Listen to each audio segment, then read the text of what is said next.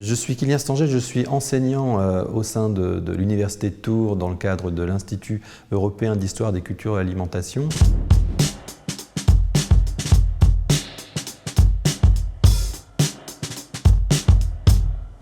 Oui, les rencontres François Rabelais, c'est un événement qui est une forme d'université populaire finalement pour tenir une réflexion sur le bien manger.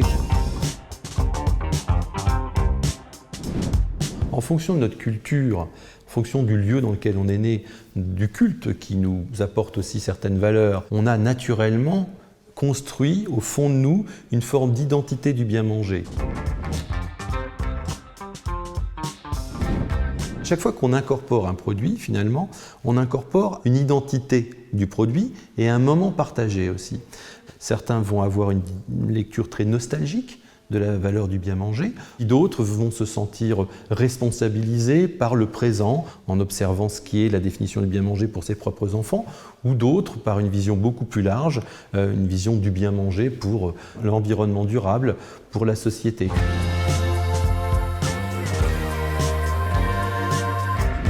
Est-ce que ça coûte cher aujourd'hui? Bien, tout dépend naturellement du porte-monnaie de chacun. Essayer de se faire plaisir ou de faire un effort dans ses choix alimentaires quotidiens, est-ce que c'est quelque chose d'onéreux? Certainement, parce qu'il y a une notion d'exceptionnel, parce que finalement la gestion de notre finance quotidienne n'est plus la même quand on essaye de faire quelque chose d'exceptionnel.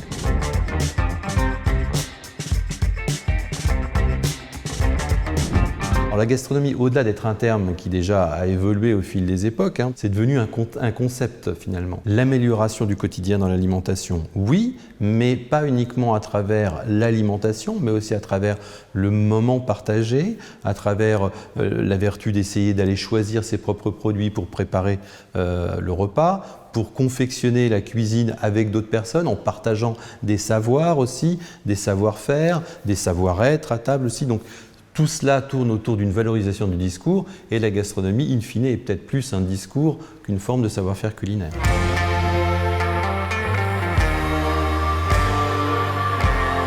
On a chaque année des chefs qui viennent intervenir dans les tables rondes. Cette année, on a eu Thierry Marx, par exemple, qui était notre président de l'édition. On a Christophe Hey, le chef qui, sur notre territoire, commence à faire parler de lui nécessairement, vu que c'est devenu le chef reconnu comme étant le premier chef de France depuis le mois dernier. Donc on a différents chefs de tous statuts, de tous horizons et avec toutes les vertus possibles qui viennent parler, interférer aux rencontres François Rabelais.